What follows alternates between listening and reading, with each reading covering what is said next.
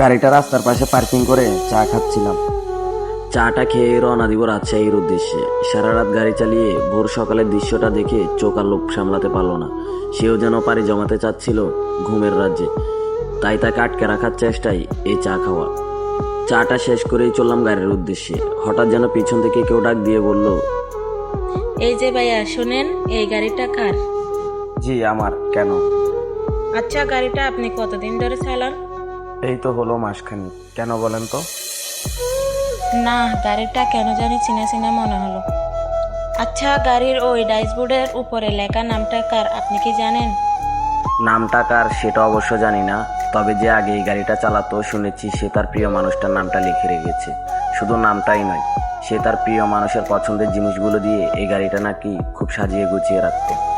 আচ্ছা, সেই ড্রাইভারটা কোথায়? আপনি এত কিছু জানতে চাইতেছেন কেন? কে আপনি? আর আপনি এত কিছু জেনে কি করবেন? বলেন না একটু, আমার খুব দরকার। আসলে এই গাড়িটা আমি চালাই মাসখানেক হলো। আমার আগে একটা ড্রাইভার এই গাড়িটা চালাইতো। গাড়িটা 2 মাস আগে অ্যাক্সিডেন্ট হয়েছিল নাটোরে। শুনেছি সেই ড্রাইভারটা তার প্রিয় মানুষটার দেওয়া আঘাতে ডিপ্রেশনে ডুবেছিল। হঠাৎ করেই নাকি পায়ের ব্রেকটা মিস হয়ে গাড়িটা অ্যাক্সিডেন্ট হয়। আর সেই অ্যাক্সিডেন্টে ড্রাইভারটা চলে গেছে না ফেরার দেশে, যেখান থেকে মানুষ আর কখনো ফিরে আসে না। গাড়িটার ডাইন সাইড অতিরিক্ত মাইর খাওয়ার ফলে ড্রাইভারকে আর বাঁচানো গেল না।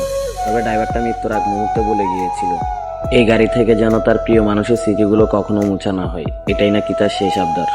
তার ইচ্ছেটা পূরণ করতেই তার প্রিয় মানুষের স্মৃতিগুলো এখনো রেখে দিয়েছে এই গাড়িতে।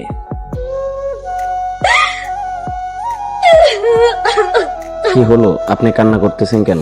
আমি আর কিছু বলার সুযোগ পেলাম না, মেয়েটা চলে গিয়েছে। তাহলে এটাই কি সেই ড্রাইভারের শখের নারী, যেই শখের নারী ড্রাইভারটাকে তিলে তিলে মেরে ফেলেছে?